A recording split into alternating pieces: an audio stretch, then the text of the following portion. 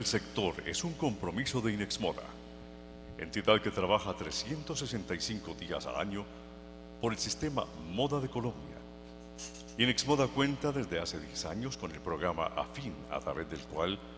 realizamos permanentemente seminarios, congresos, cafés de la moda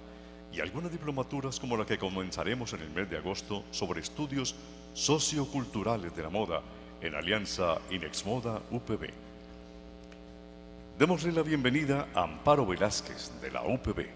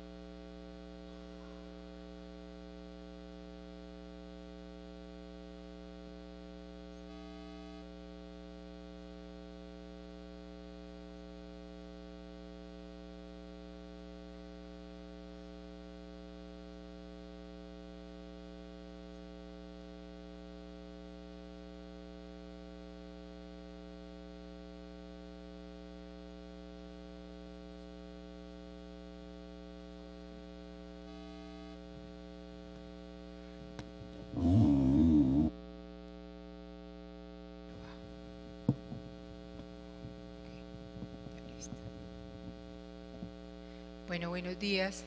Tenemos solamente un pequeño espacio para ampliar un poco más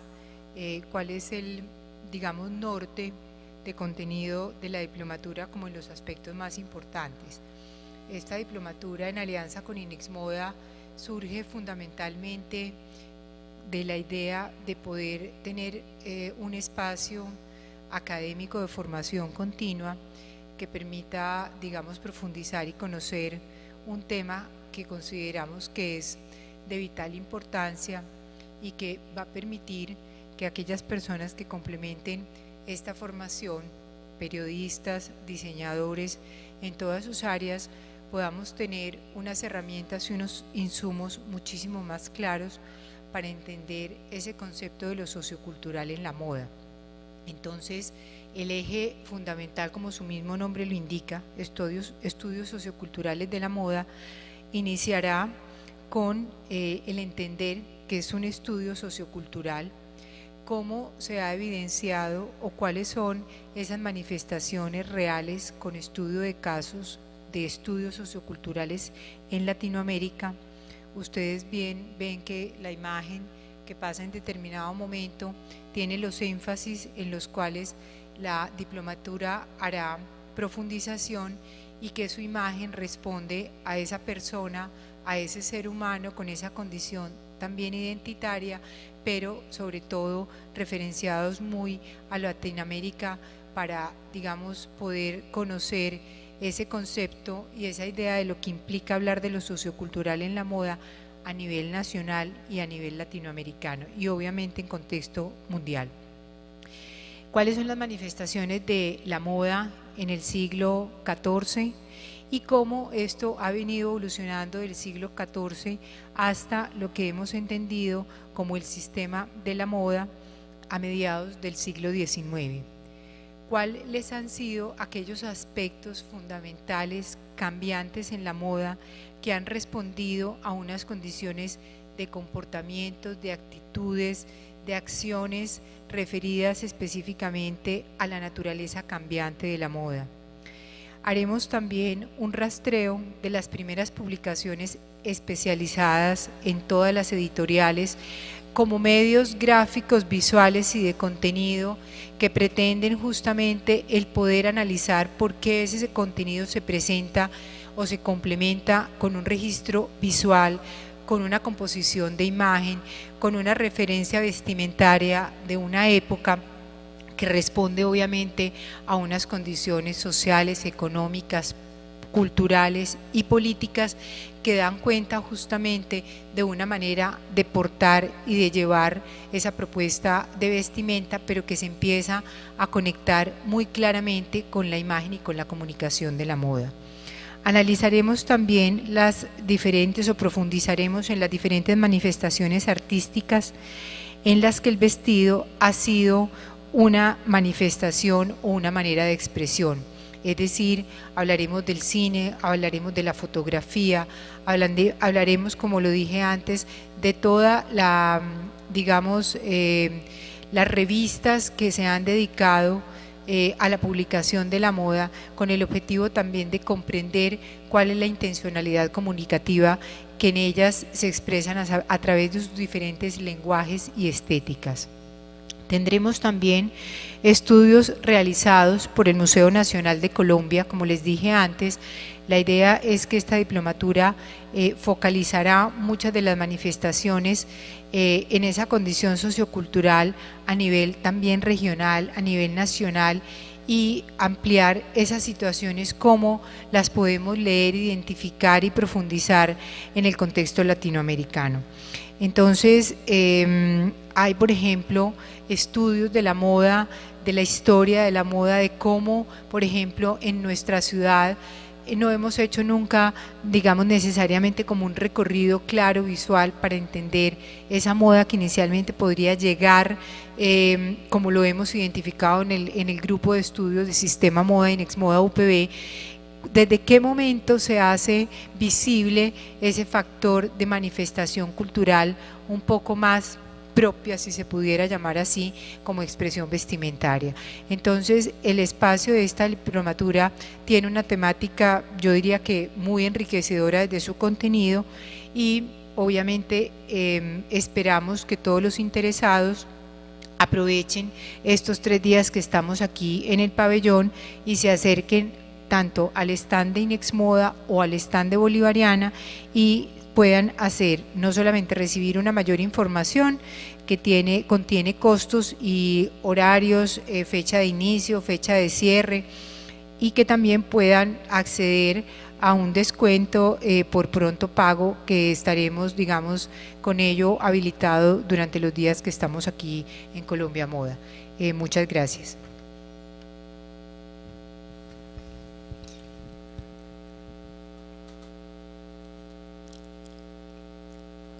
En Inexmoda y en la Universidad Pontificia Bolivariana estamos comprometidos con el medio ambiente.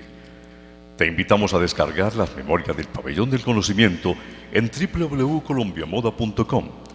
www.upb.edu.co y www.inexmoda.org.com.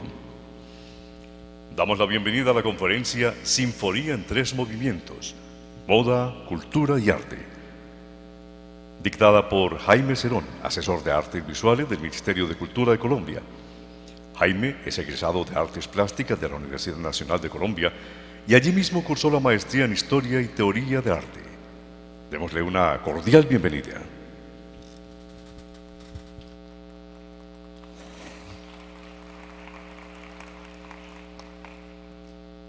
Buenos días a todas y a todos. Pues esta charla, como ustedes ven, fue propuesta en esta lógica dentro del Pabellón del Conocimiento, que es la pregunta sobre cómo anudar o cómo relacionar esos 3 términos o 3 campos, y poco la orientación o la pista que tomé como ejercicio para esta reflexión fue pensar que el hilo del cuerpo o el cuerpo sirve como hilo conductor que puede hacer pensar en dónde se encuentran la moda, el arte y la cultura. Muchas veces se tiende a pensar que un espacio de reflexión como este,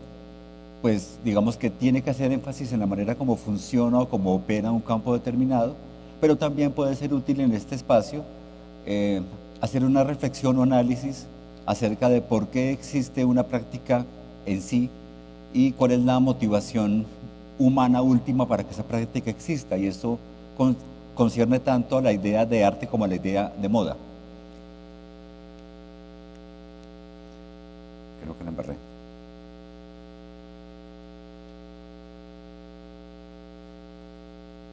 Ahora sí. Bueno, traje un ejemplo de qué es lo que se suele pensar en la mente de un espectador común y corriente cuando se oye la palabra arte. Se tiende a pensar que el arte es pintura, se tiende a pensar que se inscribe en la tradición eurocéntrica del humanismo, que toma como punto de partida la creencia en que el centro del mundo es el ser humano y sobre todo el individuo. Y por eso entonces es importante señalarles que mi interés es alejarme un poco de esta concepción y acercarme más concretamente al vínculo que habría entre la moda y el arte en la modernidad y más sobre todo en la contemporaneidad. Traigo este ejemplo además porque se suele decir coloquialmente que el arte de esta época, ya sea el Renacimiento, el Barroco o el Clasicismo, es un arte universal, y es ahí donde empieza la pugna por introducir la noción de cultura tanto en arte como en moda. Como ustedes saben muy bien, la cultura se delimita tanto desde la sociología como desde la antropología a las acciones que son comunes o que son compartidas por un grupo humano o por un campo social. Toda esa concepción, digamos, de ideas, representaciones, creencias, modos de actuar que delimitan esta sociedad se tiende a entender como cultura, y obviamente hay toda una serie de disputas, sobre todo en las décadas recientes, acerca de si hay una alta cultura, si hay una baja cultura, cuál es toda esa pugna, por ejemplo, detrás del concepto de lo kitsch, que es un concepto también tremendamente crítico en este escenario. Y en ese sentido, pues cuando miramos una obra como esta, seriamente hablando, no podríamos decir que es una obra universal, sino que es, como toda forma de arte, como toda forma de cultura, completamente local. Es una obra que responde a su época, a su entorno cultural, a sus creencias y concepciones de base, y es ahí en donde está el enlace entre la idea de cultura como un terreno común de acción y las prácticas concretas que pueden salir de esa idea hacia el cuerpo, ya sean entendidas desde el arte o desde la moda en cualquier caso. De todas formas nos sirve de base la caracterización de estos personajes para interpretar cómo siempre ha habido una valoración crítica del vestido en la cultura occidental particularmente. Podríamos decir que todas las culturas han tenido que ver con esa proyección del cuerpo hacia afuera, pero en Occidente ha sido particularmente protagónica, de ahí que el psicoanalista Jacques Lacan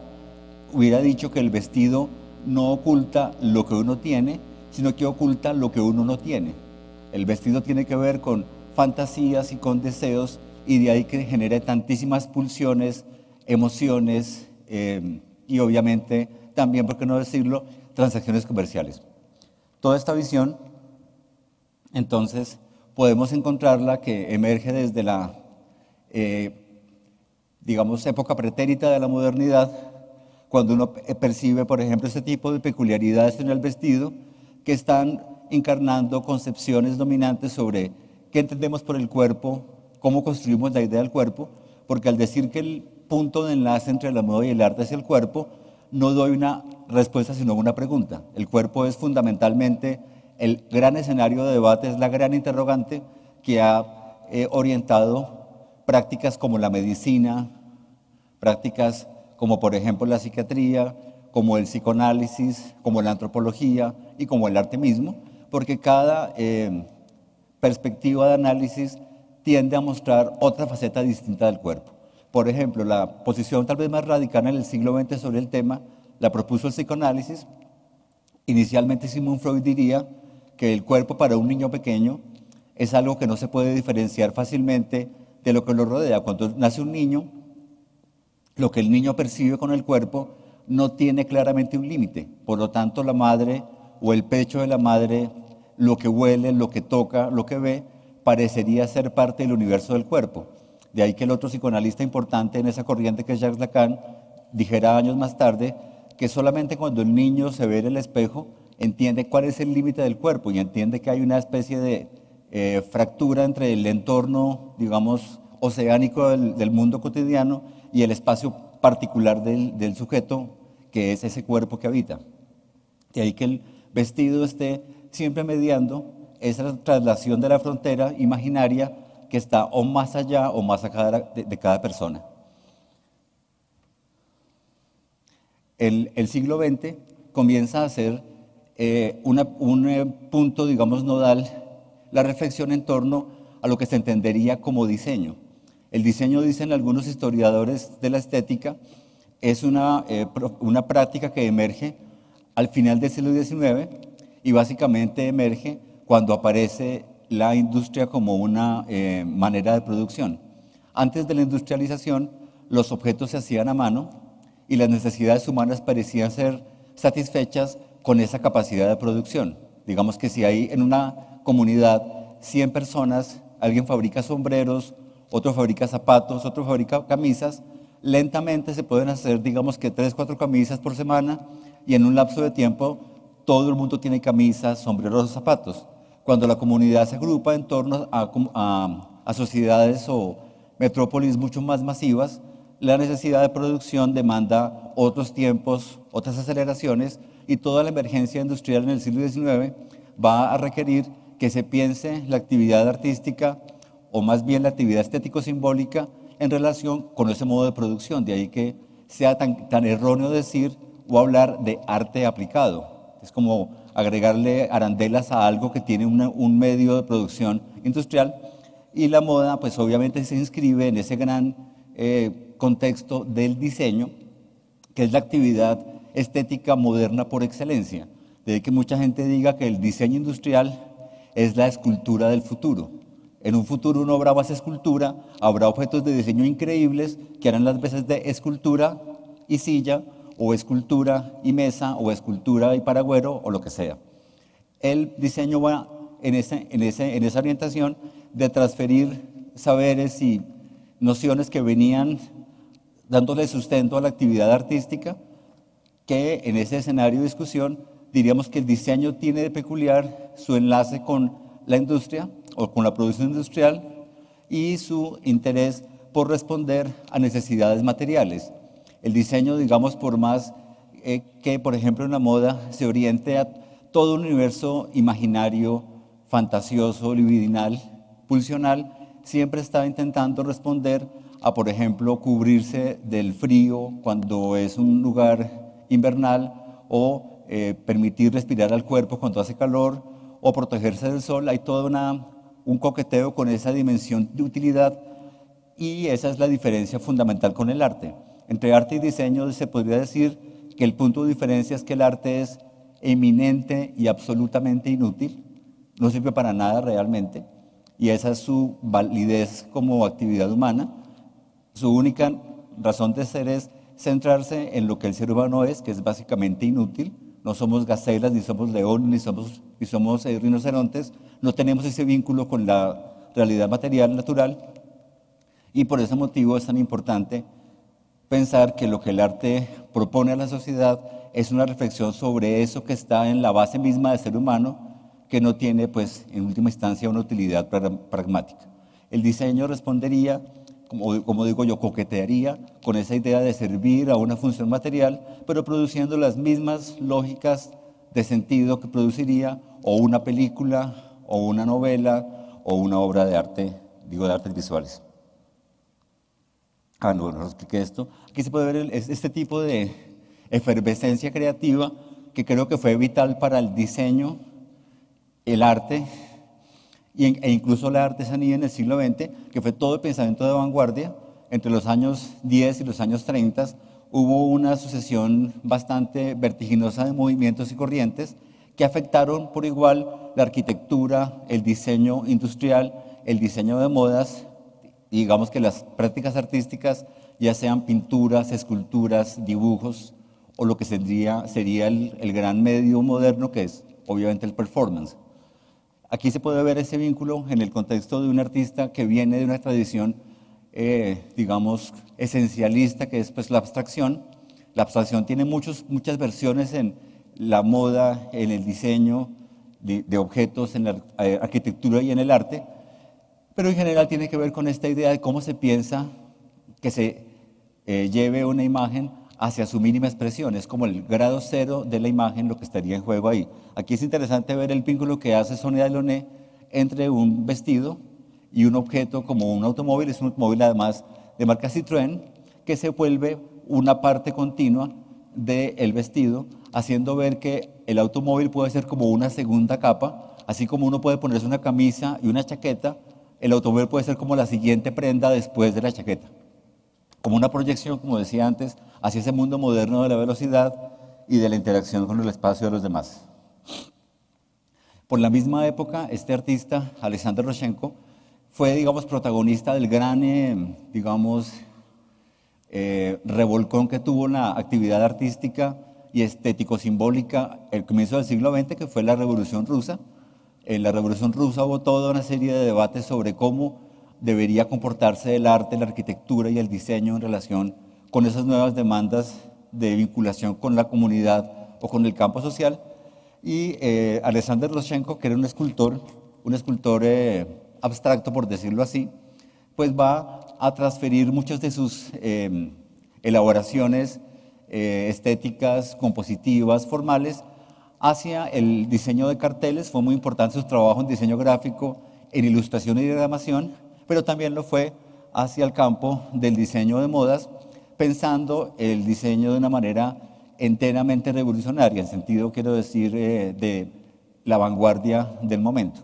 Básicamente lo que proponía era un tipo de prenda de vestir que no ocultara su estructura, porque la ropa en el siglo XIX y principio del siglo XX solía estar cosida desde adentro, de forma que uno no podía ver como marca exterior la huella de la máquina de coser. No había ningún vestigio del proceso mismo como era producida o construida o manufacturada la prenda, y esto entonces volvía a la ropa como algo un poco ilusionista, como cuando usted ve un pastel que está decorado con muchas capas de crema y por tanto no pueden saber si el pastel es de chocolate, de vainilla o de nuez.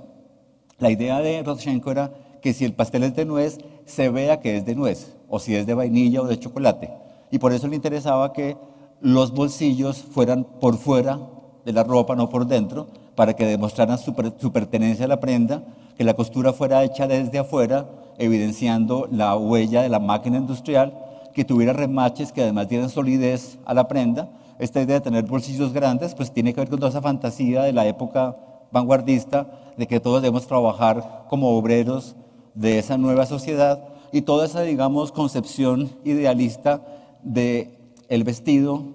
y del cuerpo en el campo social, pues es lo que le da forma al diseño, que de ahí que yo diga que es tan improbable hablar de las artes aplicadas. Esto realmente es otro tipo de principio de articulación de lo creativo, lo simbólico y lo funcional. Si pensamos entonces esta relación, aquí podemos ver como la ropa del siglo XIX, que seguía obviamente teniendo vigencia. Ustedes saben que los sombreros de este tipo solamente fueron confrontados como estilo hasta los años 20 y 30, igual que el tipo de prendas. Aquí estamos viendo, me interesa mucho esta imagen porque es una estampa conmemorativa,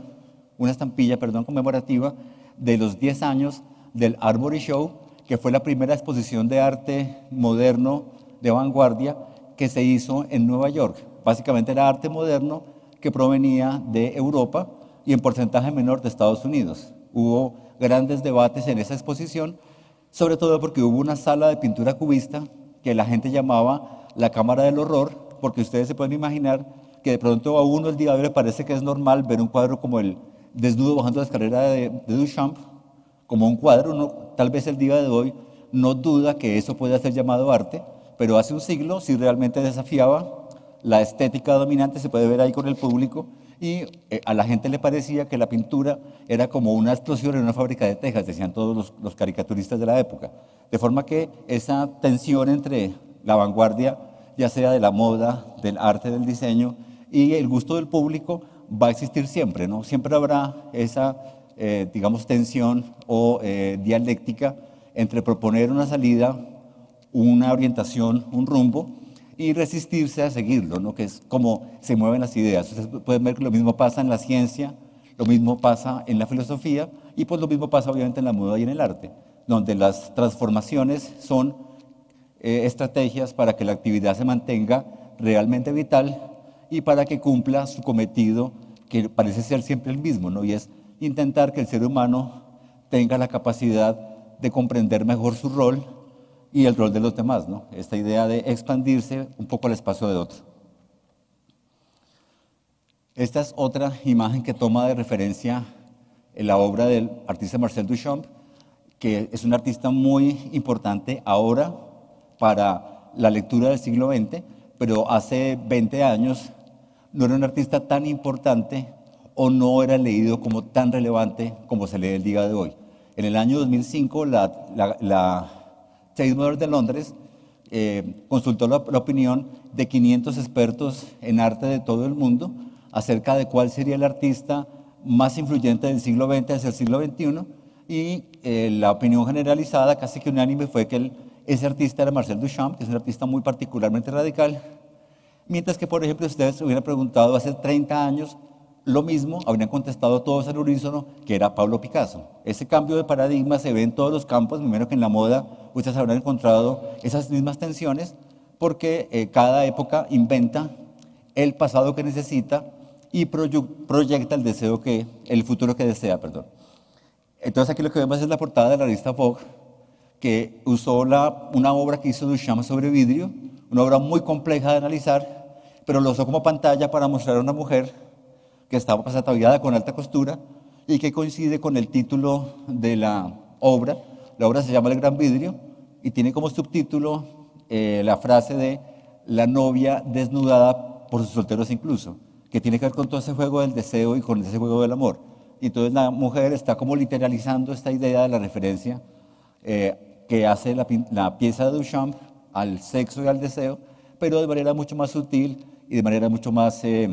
sencilla, digámoslo así. La idea entonces de que el cuerpo se construye es recurrente en el arte del siglo XX y también se diría en la moda, que sigue las lógicas de vanguardia, porque evidentemente la anatomía no siempre se lee igual. Ahora vamos a ver ejemplos de cómo varias culturas en diferentes partes del mundo conciben un valor especial a ciertos aspectos del cuerpo.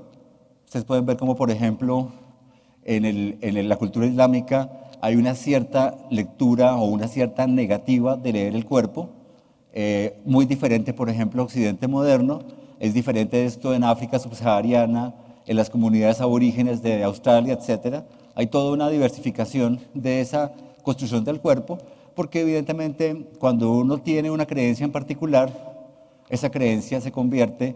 en realidad cuando uno sigue una cierta experiencia de vida.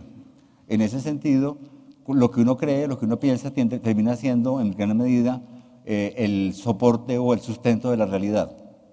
Ustedes habrán oído por eso decir que las grandes prácticas artísticas de todos los campos lo que realmente hacen es confrontar la idea de realidad que cada persona trae consigo, que son sus creencias, concepciones y representaciones. Entonces quería introducir tres ángulos distintos de acercamiento para indagar sobre ese enlace entre el cuerpo como una práctica definida culturalmente y la moda y el arte como desarrollos específicos de ella, mirando inicialmente los extremos, y es cómo el cuerpo se delimita por esa tensión de lo alto y lo bajo, por eso que uno valora como parte de sí o que expulsa de sí, que es la cabeza y los pies. Ustedes habrán visto pues que uno a veces tiende a pensar que no sé, uno puede tocarle la cara a alguien con facilidad, aunque sea, no sé, una amiga o un familiar, pero es más difícil tocarle los pies, ¿no? Hay toda una valoración social, cultural y política sobre esas dos formas extremas del cuerpo. Y hay también toda una proyección imaginaria. Piensen ustedes en todo lo que ha ido pasando en la última década con los zapatos de mujer, cómo se han ido proyectando a un cierto distanciamiento del suelo. Entre más altos son los zapatos, más plataforma incorporen, más parecen querer separarse del suelo sucio en donde están confinados. Y lo mismo ocurriría con toda esta fantasía sobre la cara, el cabello, los accesorios que están en la cabeza, desde las máscaras de los aborígenes hasta todos los accesorios que se emplean en la alta costura. En ese sentido, pues es importante mirar cómo se construye también ahí todo un ejercicio de identificación. Este es nuevamente el señor Duchamp, que Duchamp vio una película de Charles Chaplin, y Chaplin salía vestido de mujer, y a Duchamp le impresionó mucho. Claro, el cine era una experiencia nueva en ese entonces, no era tan común como el día de hoy, y a Duchamp le impresionó muchísimo que cuando vio el fotograma de la película de Chaplin, pensó inicialmente que era una mujer y no un hombre vestido de mujer. Ahí empezó a indagar sobre cómo la fotografía le crea a uno un efecto de realidad. Si uno ve la fotografía de una persona haciendo algo indebido, uno puede sentirse inquieto, preocupado, de hecho llamar a la persona y preguntarle qué estaba pasando, cosa que no pasaría si uno viera un dibujo de alguien haciendo algo malo. Si me muestran un dibujo de mi papá robando, digo, pero qué bobada de dibujo. Pero si veo un video o una fotografía, asumo que son verdad. Y en ese sentido, él lo que trata de señalar es como si uno no tiene un vínculo, digamos, de identificación posible con el referente de una fotografía, uno, digamos, interpreta o recibe lo que la fotografía muestra. En este caso uno ve una mujer, no demasiado guapa, pero uno ve una mujer, y las manos realmente no son de Duchamp, son montadas pues, manualmente de una fotografía de una mujer, generando esa ambivalencia, y tiene que ver con este nombre que se coloca el mismo, que es Eros c'est la vie, que significa literalmente Eros es la vida, que está tratando de mostrar cómo la búsqueda del deseo, del amor o la sexualidad parecen el motor que empuja todos los actos de vida. Y en esa dirección, el buscarse su parte femenina, por decirlo así, como una posible identificación, es su respuesta. Obviamente se volvió un ícono, muchísimos artistas han referido esta imagen en obras diversas. Este es el caso de un video que hace Robert Wilson, que implica que Johnny Depp se trasvista como Duchamp, haciendo el eco sobre esta imagen, y también podemos ver que esto lo señaló o lo utilizó Andy Warhol, cuando también él mismo, de muchas maneras distintas, se trasvistió como Marilyn Monroe, haciendo eco a esa fascinación que hay por romper la identificación obvia del cuerpo y por abrir esa faceta para verse como otro, para entenderse como otro radical. ¿Y qué puede ser más radical para un hombre que una mujer, no? Un artista posmoderno pues llegaría mucho más lejos, que es Dallas Gordon, cuando él dice que es un autorretrato como Kurt Cobain o como Andy Warhol, como Myra Henry, la asesina de niños en Inglaterra, o como Marilyn Monroe, haciendo como una lectura de todos los equívocos que habría en ver a alguien con la peluca mona de esta manera, ¿no? Que son todos esos personajes posibles que gravitan la identificación de alguien. Acá, por ejemplo, este artista David Match hace una escultura que parece hecha de acero inoxidable, pero realmente son ganchos de alambre, ganchos de aluminio, que él dobla con muchísimo cuidado, con muchísima paciencia, sobre una matriz de madera, de forma que le da la forma exacta de la cara de alguien, y los ganchos en sí parecen una aureola que se extiende de la cara hacia afuera. Y recuerda, es todo ese peso que tiene en Occidente, la parte que va de aquí hacia arriba del cuerpo, ¿no? Ustedes ven en el pasaporte de cualquier persona esa imagen reflejada. Uno sale de frente, no de perfil, en el pasaporte, la cédula, el pase, el carnet estudiantil, la escarapela, etc. Uno nunca sale de pies ahí, nunca le muestran la espalda ni la nuca. Hay toda una lectura, digamos, cargada sobre la fisonomía del rostro como identificación del ser humano, de lo humano del cuerpo. Y por eso es interesante ver todo lo que empieza a desencadenarse cuando esa identificación se pone en duda y se transfiere hacia otros rumbos. Como es el caso, por ejemplo, de este artista, era realmente como un performero que hizo, de hecho, él sirvió de modelo para muchas pinturas de Lucian Freud, el pintor nieto de Sigmund Freud. Él hizo toda la serie que mostró en el Museo Metropolitano de Nueva York, Lucian Freud, cuando estaba bastante adulto, era hecha a partir del trabajo con Leigh Bowery, y adicionalmente él hizo todo un ejercicio de trasplantarse esa proyección del cuerpo, tanto en el maquillaje, en la cabeza o en el entorno del cuerpo en general. Ahora vamos a ver más tarde otras imágenes de él mismo. Este artista, por ejemplo, tiene ese vínculo de haber trabajado en el entorno del surrealismo, digamos, participar de los debates plenamente artísticos de la vanguardia, pero a la vez trabajar específicamente en el campo de la moda. Esta pieza la concibió con el apoyo de Salvador Dalí, que era un artista pues, de la esfera específicamente visual del arte de vanguardia, pero pues ella desarrolló todo un trabajo en torno a esta transformación del rol del cuerpo en los accesorios y el vestido, que creo que es un muy importante precedente para mucho de lo que pasa el día de hoy en la proyección del cuerpo en la moda. Si miramos entonces otras culturas, entendemos esto que señalaba antes, de cómo se fetichizan ciertos aspectos del cuerpo que pueden encarnar un ideal de belleza que es compartido por una comunidad en particular y que parece encarnar toda una validación social sobre un individuo que llega a alcanzar el nivel máximo de encarnación de ese ideal. En Birmania, esta idea de tener los anillos de metal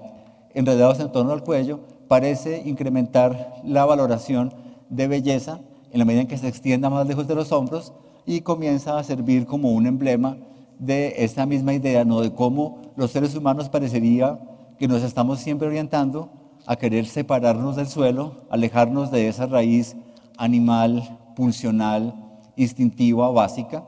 Acuérdense por ejemplo, el ballet clásico, cómo las bailarinas, sobre todo mujeres, pues bailan en la punta de los pies, haciendo pensar que su peso, su gravidez es menor, que su efecto matérico en relación al mundo es más sutil. Y está todo este juego entonces de pensar en dónde está la subjetividad, ¿no? Hay una película de Roman Polanski donde el personaje imagina qué pasaría si le cortan un brazo. Entonces dice, si a mí me cortan un brazo, yo diría, ese es mi brazo y ese soy yo. O me cortan una pierna o me cortan las dos piernas. Pero él dice, si me cortaron la cabeza, ¿yo qué diría? ¿Mi cabeza y yo o mi cuerpo y yo? Ahí se vuelve más difícil pensar esa fragmentación, digamos, inevitable que va ocurriendo de cómo uno se desubjetiviza cuando se aleja del centro de conciencia que es la cabeza. Uno siente las manos muy importantes y parte fundamental de uno, pero los pies pueden ser como parte del piso, como una lámpara, una mesa, una silla. La idea entonces de los pies también ha estado sujeta a la misma mitificación, ya no en Birmania, sino en el lejano oriente, en China. Por cerca de 1000 años se implementó esta práctica del pie de loto, que venía de la idea de que una mujer es más bella si su pie es más pequeño. Esto obviamente implica también esa dificultad de movilidad, esa fetichización de un extremo del cuerpo, que pues aquí se puede ver lamentablemente, se usó hasta el siglo XX, creo que ya no se usa, pero pues ustedes pueden encontrar que hay videos, pues hay películas de niñas que tuvieron esa dolorosa experiencia de ser el pie vendado para tener el tamaño de una cajetilla de cigarrillos y tener, digamos, encarnar ese ideal como el del cuello en Birmania en el cuerpo. En la vanguardia pues, de la moda también se puede ver cómo accesorios como los zapatos pueden alejarse o acercarse del referente de los pies, que tienen tantos efectos psicológicos y culturales, ¿no? Como decía antes, tal vez es un objeto común de repugnancia, ¿no? Aquí volvemos a la misma diseñadora que hizo este ejercicio de plantear unos zapatos dominados por la presencia del pelo que recuerdan, ¿no? el punto como entre la cabeza y la cola o el extremo de cada parte del cuerpo unificado en un solo objeto, ¿no? Que es como si el cuerpo diera vuelta sobre sí mismo, que fue una fantasía muy común del surrealismo, de pensar en cómo llegar a invertir los polos, ¿no? El arriba en el abajo en el arriba. Incluso acá, este artista, que ya no es una pieza de diseño, es una instalación, recurre a tacones de zapatos altos, para armar una escultura sobre la pared directamente y pues hace alusión al hipotético defecto de la columna vertebral de una mujer que ha usado demasiados zapatos de tacón, que es esa forma de ver la equivalencia entre los pies y el resto del cuerpo. Entonces, en el medio, pues ocurriría este ejercicio de lo que podría estarse viendo como el tal vez emblema más importante del cuerpo en Occidente, y es el abdomen, el torso. Ustedes recordarán que el torso se ha usado en las artes, se ha usado también en el campo del diseño con muchísima validación y también en el mundo del diseño. Empiezo por una pieza que no es ni arte ni diseño. Fue hecha realmente como resultado de una patología de orden psíquico. Se trataba de una mujer que cuando era niña se obsesionó con la idea del matrimonio y aprendió a coser, aprendió a bordar y comenzó a realizar muy tempranamente, como a los 2 años de edad, un vestido de matrimonio que elaboró con todo el cuidado, con todo el rigor, con toda la técnica posible, y comenzó obviamente a pasar el tiempo y ella seguía obstinada en seguir elaborando ese vestido, agregándole más canutillos, más bordados, más encajes, y después de varios años de trabajo, el vestido era como una especie de tumor inquietante y aterrador. La madre le quitó el vestido, la mandó a un manicomio. La mujer en el manicomio estuvo recluida unos 42 años y como estaba pues tan limitada de medios, contaba con su uniforme, como su túnica, su sábana, su sobresábana. Entonces lo que ella hacía era arrancar con muchísimo cuidado un hilo de cada prenda para que no fuera notorio que había arrancado el hilo, y cada vez que recibía nuevamente la prenda lavada, que era otra prenda de otra persona, quitaba otro hilo y con un alambre fue anudando esos hilos amarrados entre sí, y en 41 años logró hacer su vestido de matrimonio. Ahí es cuando empecé a mirar cómo el cuerpo es una fuerza que está más allá de la anatomía y cómo el vestido tiene que ver con esa fantasía que el cuerpo proyecta. Y en ese sentido, pues es como un ejercicio impresionante de arte procesual, aunque no se pueda llamar arte, ¿no? Esto es como un síntoma médico que está reflejado en esa neurosis obsesiva que la dominaba, pero que tiene que ver con muchas preguntas y con muchas problemáticas que rodean el universo cultural del cuerpo y el vestido en Occidente. En este ejercicio, esta artista se pregunta sobre esos vínculos de validación de la belleza del torso. Cuando se es mujer se espera tener unos ciertos atributos, cuando se es hombre otros. Aquí ella entonces hace una camisa de seda como de mujer, pero le teje pelo corporal masculino para lograr que una mujer pueda tener el placer de usar vello corporal en el pecho transitoriamente y no permanentemente como lo haría un hombre. Igual ocurriría con este traje, o este conjunto de trajes de Nicola Constantino, que ella, digamos, actúa como artista visual, expone en galerías de arte, expone en museos, pero también, digamos, que participa de acciones performáticas que podrían muy bien tomarse como pasarelas de moda. Ella lo que hace es que saca moldes de la piel humana, de los pezones, de otras partes del cuerpo, y con esos moldes saca una piel fundida en látex, como se puede ver acá, a la cual le agrega en muchos casos cabello para fabricar,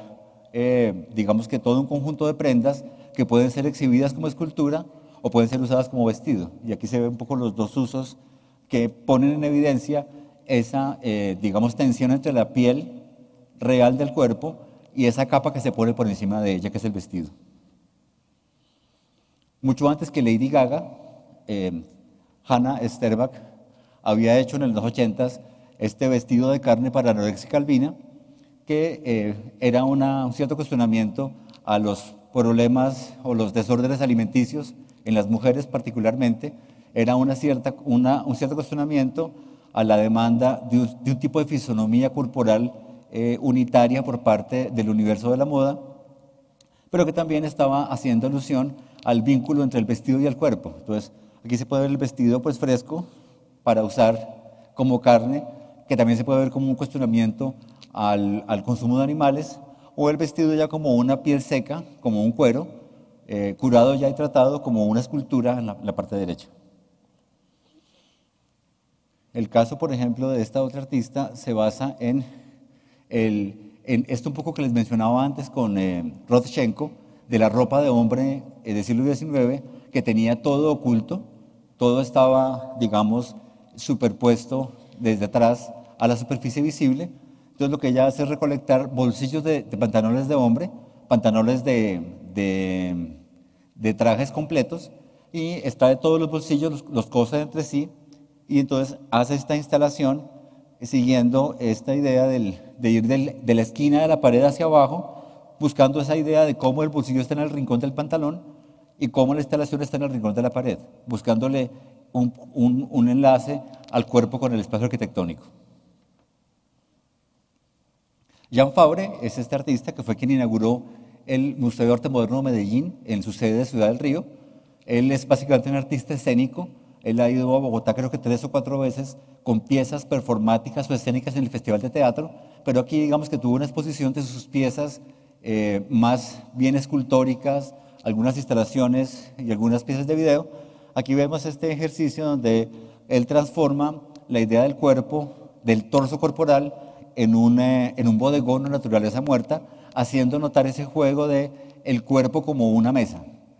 que fue algo muy común en muchas prácticas escultóricas del siglo XX. Aquí vemos otro ejemplo, que es una cosa muy sencilla. Ustedes ven que simplemente es colocarse una repisa entre la ropa, agregar algunos objetos y hacer ver esa especie de desaparición del cuerpo o de la parte, digamos, vital del cuerpo, donde está el corazón, los pulmones, el estómago, el hígado, y reemplazarlo por objetos inermes. Porque en Occidente también tenemos nuestras pulsiones, también tenemos nuestra fijación con el cuerpo. Todos sabemos muy bien que hemos tenido épocas distintas en las cuales se ha marcado un fetiche en el espacio corporal que básicamente se asocia al abdomen. De que pues uno puede recordar esta dura proeza para las mujeres de portar sus corsés de materiales bastante agresivos por debajo de la ropa, intentando que el cuerpo respondiera de una manera peculiar a un estereotipo de belleza, un estereotipo de belleza que sigue manteniéndose vigente todavía, y por eso uno puede ver que si bien no se usa un corsé del día de hoy, se incorpora uno a la anatomía. Hay todo un ejercicio, digamos, tortuoso, doloroso, similar al anterior, que intenta que el cuerpo posea su corsé y vuelva a enfatizar ese aspecto particular de la cintura muy delgada, como esta idea como del cuello en Birmania, o los pies pequeños en China, o muchos otros rasgos parecidos en todas las culturas del mundo. De ahí que uno pueda ver pues, que si se lleva esto al extremo, se evidencia con facilidad lo siniestro, lo inquietante, lo perverso que puede llegar a ser, ¿no? Ya cuando uno ve una imagen de esta naturaleza, recuerda que no es natural la cintura delgada, que hay algo, digamos,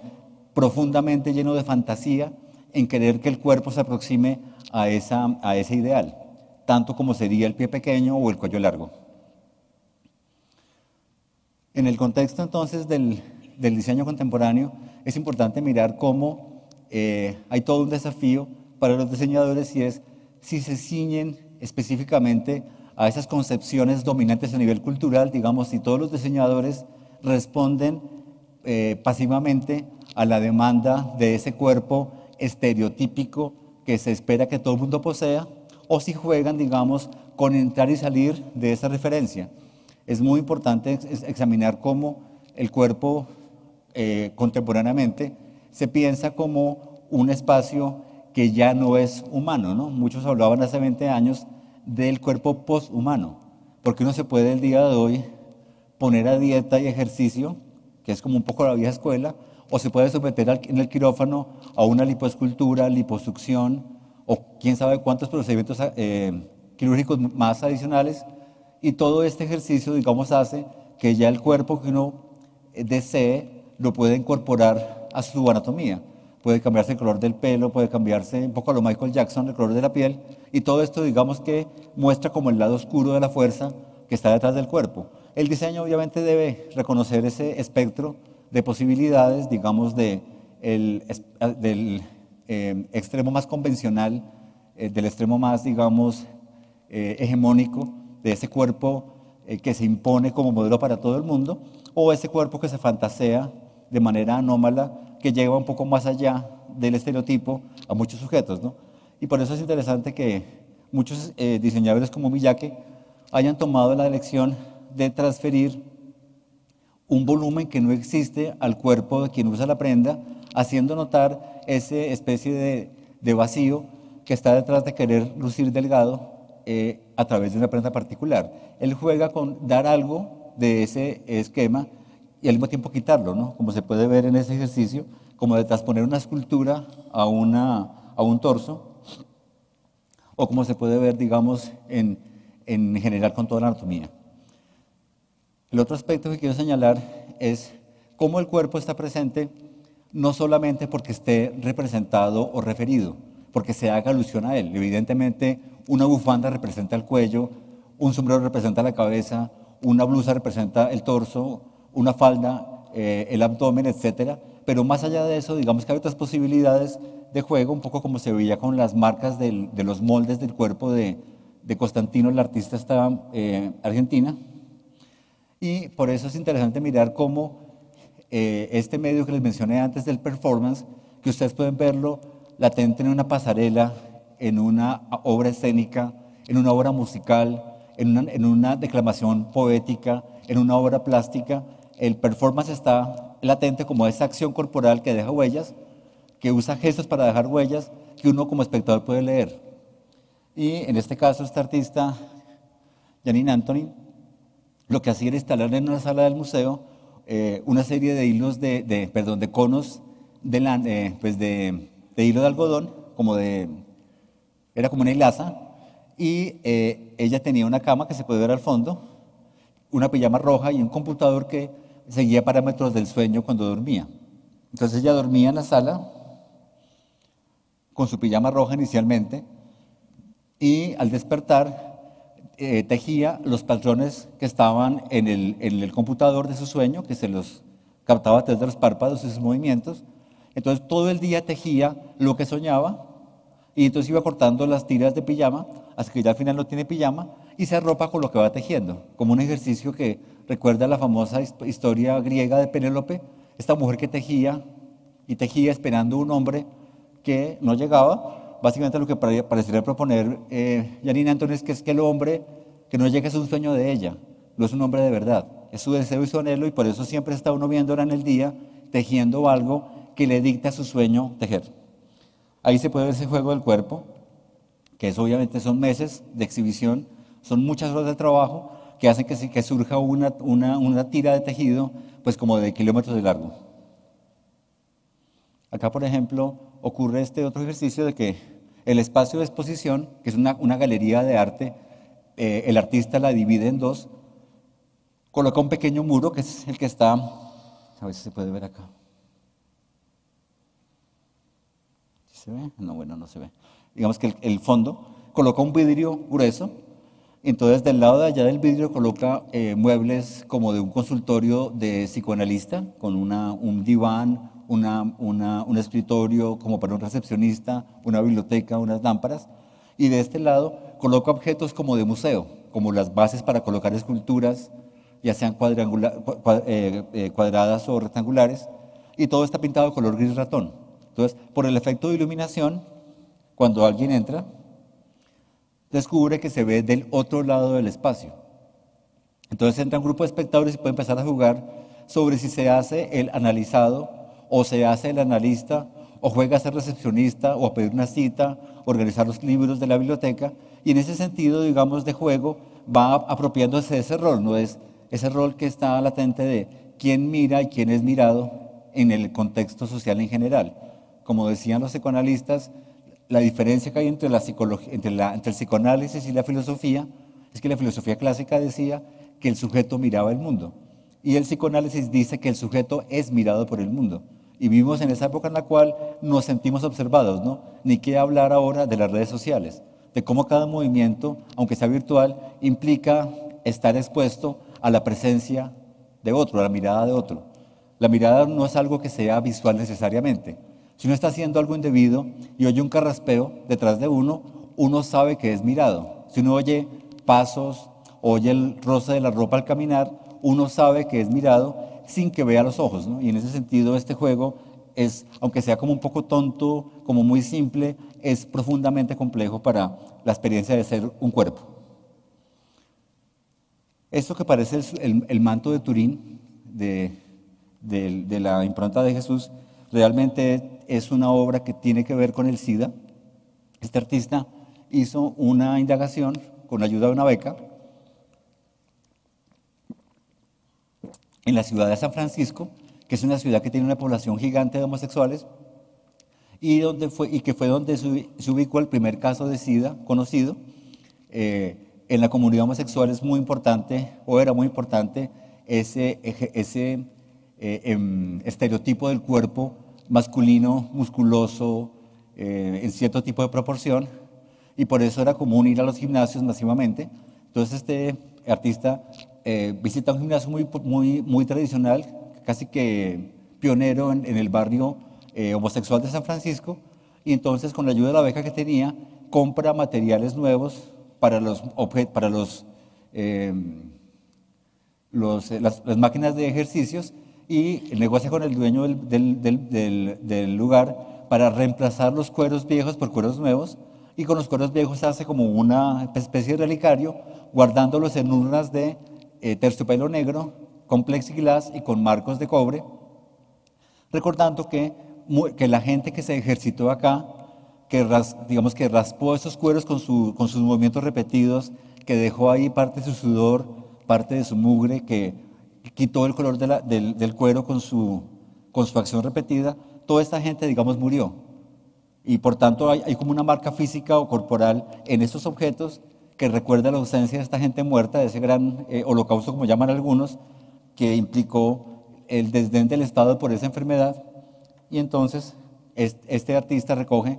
esos 20 cueros y hace una exhibición como abstracta, pero al mismo tiempo muy concreta, de esa referencia al cuerpo que ya no está, el cuerpo que está ausente, que se ha ido, que ha muerto. Aquí se ve algo similar con esta otra artista que se va a una fábrica de comida y reúne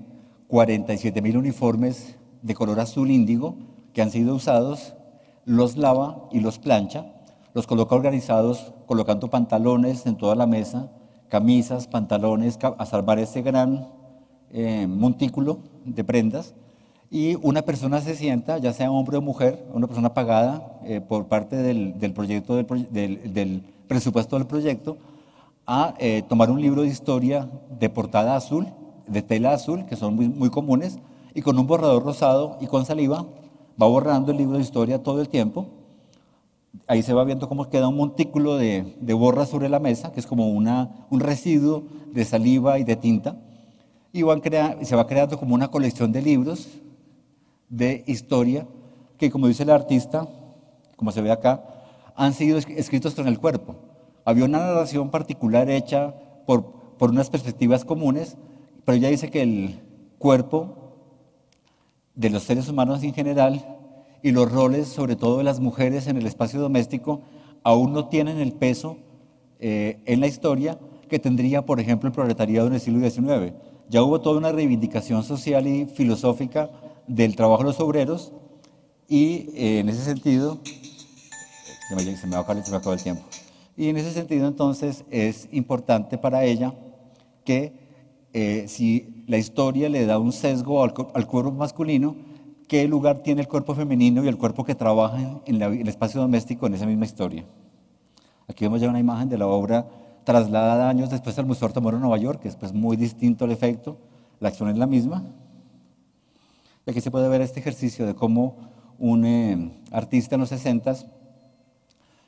induce a que mujeres guapas se unten de pintura azul sus cuerpos mientras toca una orquesta de cámara, y luego dejen marcas del cuerpo sobre lienzos como pinturas abstractas, como pinturas, digamos, que refieren el torso, que refieren la imagen corporal. Una artista posteriormente le pareció que esto era muy sexista y le hizo una contrarrepresentación. Entonces llevó hombres guapos a que se untaran de colorete rojo e impregnaran tela con su cuerpo,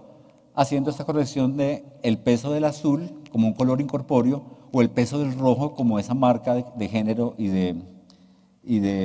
clase en particular. Entonces, para cerrar,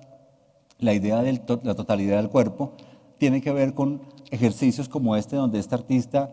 crea una máquina que llena de un líquido rojo a temperatura de 37 grados centígrados, que es impulsado con un motor a la misma velocidad que la sangre del cuerpo. Entonces, cuando una persona se coloca el vestido, puede ser hombre o mujer, tiene la experiencia desde afuera de su cuerpo desde adentro, y vuelve ese juego de que el cuerpo está siempre pasando de afuera hacia adentro, está siempre midiendo hasta dónde se extiende su límite corporal, como obviamente ocurre con el vestido. Acá, por ejemplo, este otro artista revisa esos estereotipos que imponen una fisonomía al cuerpo. Se ha dicho mucho que la Barbie tiene relación directa con la bulimia y con la anorexia. Entonces, este artista pues, ex yugoslavo, creo que ahora es croata en la nueva geografía, lo que hace es que produce en serie una muñeca llamada la tía de Ken, que es una muñeca con las curvas que toda mujer podría tener. No hay que hacer dieta para verse así, ¿no? Y aquí vienen las imágenes de Leigh Bowery, el que les mostré antes, con las gafas en la cabeza, que es interesante mirar cómo juega con la fisonomía corporal. Miren la pierna, que parece teoría como elefantiasis, cómo borra la imagen de la cara, cómo se introduce una serie de prótesis que reinscriben la idea de la anatomía. Acá, por ejemplo, esta idea de borrar la cabeza es muy importante, no solamente en el ejercicio performático de Bowery, sino de muchas prácticas artísticas. Ustedes recordarán que ha sido vital en la historia de la humanidad el uso de máscaras, ya sea por los aborígenes, ya sea por ejemplo, las máscaras de carnaval,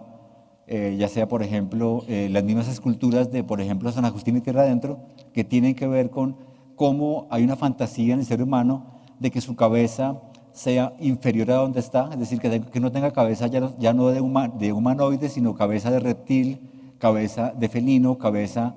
de gusano, por ejemplo. Y por eso muchos analistas han dicho que cuando uno mira a un hombre con escafandra, como el hombre que fue a la luna, parece un gusano de seda,